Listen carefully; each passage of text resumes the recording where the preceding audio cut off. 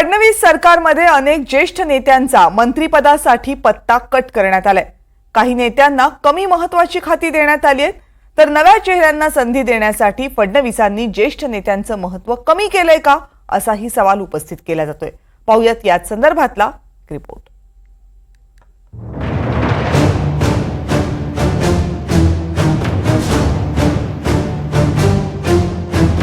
राज्य मंत्रिमंडळाचं खातेवाटप जाहीर झालंय, पण या खातेवाटपात अनेक दिग्गज मंत्र्यांचं डिमोशन झालंय। पहिला नंबर आहे तो अर्थातच उपमुख्यमंत्री असलेल्या एकनाथ शिंदेंचा। एकनाथ शिंदेंनी गृहमंत्री पदाची मागणी केली होती, पण भाजपनं गृह खातं स्वतःकडेच ठेवलंय। अर्थमंत्री पदही अजित पवारांच्या वाट्याला गेले।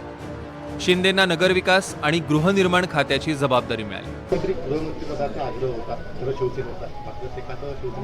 आग्रह होता पण ते झालं नाही। पण शेवटी सरकार स्थापन झालं। लोकांच्या टीकेला आम्ही जागेवर उत्तर दिलं आहे की यांनी सांगितलं की सरकार स्थापन होणार नाही, सरकार स्थापन झालं मग म्हणे खाते वाटप होणार नाही। आता खाते वाटप झालं, आता म्हणता गुलाबरावला हलकं भेटलं आणि त्याला भारी भेटलं। वजनावर असते की काय खातं? शिंदे सरकारमध्ये महसूल मंत्री असलेल्या विखे पाटलांनाही तुलनेनं कमी महत्त्वाचं खातं मिळालंय। विखेंना जलसंपदा खातं देण्यात आलंय आणि तेही गिरीश महाजन यांच्यासोबत विभागून। विखे पाटील यांच्याकडे गोदावरी आणि कृष्णा खोऱ्याची जबाबदारी असणार आहे। अतिशय मी समाधानी आहे आणि खरं म्हणजे आदरणीय प्रधानमंत्र्यांचं, आदरणीय गृहमंत्री अमित भाईंचं किंवा आमचे नेते देवेंद्रजींचं मला मनापासून त्यांना धन्यवाद द्यायचे आहे की आज एक महत्वाच्या खात्याची जबाबदारी आज त्यांनी माझ्यावर सोपवली। हा जो गोदावरी तुटीचा खोरा आहे आणि या नदीवर प्रकल्पातून ते कोकणात वाहून जाणारं जे पाणी आहे ते खोऱ्यात आणलं गेलं पाहिजे, त्यांचा सातत्याने आग्रह होता आणि तोच मला वाटतं विचार पुढे घेऊन आपले माननीय मुख्यमंत्री देवेंद्रजी फडणवीस साहेब यांनी विशेष पुढाकार घेतला। त्याचा आराखडा तयार झाला आहे। आज त्यांच्या स्वप्नपूर्तीची वेळ आलेली आहे आणि मला वाटतं दायित्व माननीय देवेंद्रजींनी मला वाटतं माझ्यावर मुद्दाम दिले आहे। फडणवीसांच्या अत्यंत जवळचे मानले जाणारे गिरीश महाजन यांचंही डिमोशन झालंय। शिंदे सरकारमध्ये गिरीश महाजनांकडे ग्रामविकास खातं होतं, पण फडणवीसांच्या कॅबिनेटमध्ये त्यांना जलसंपदा खातं देण्यात आलंय।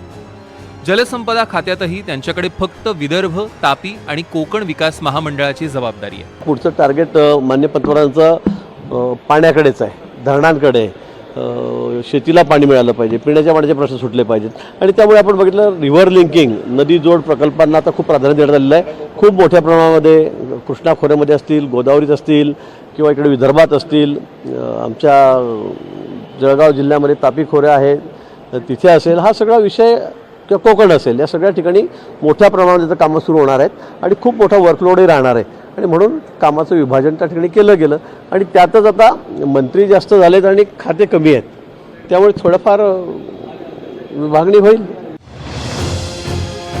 धनंजय मुंडेंनाही कमी महत्त्वाचं खातं मिळाले। मस्साजोगच्या सरपंचांची झालेली हत्या आणि पीक विमा घोटाळ्याचे आरोप यामुळे मुंडेंचं डिमोशन झाल्याची चर्चा आहे। शिंदे सरकारमध्ये धनंजय मुंडे कृषी मंत्री होते, पण या सरकारमध्ये त्यांना अन्न आणि नागरी पुरवठा विभाग देण्यात आलाय। 2014 साली महिला आणि बालविकास मंत्री असलेल्या पंकजा मुंडेंना यावेळी पर्यावरण खातं मिळाले।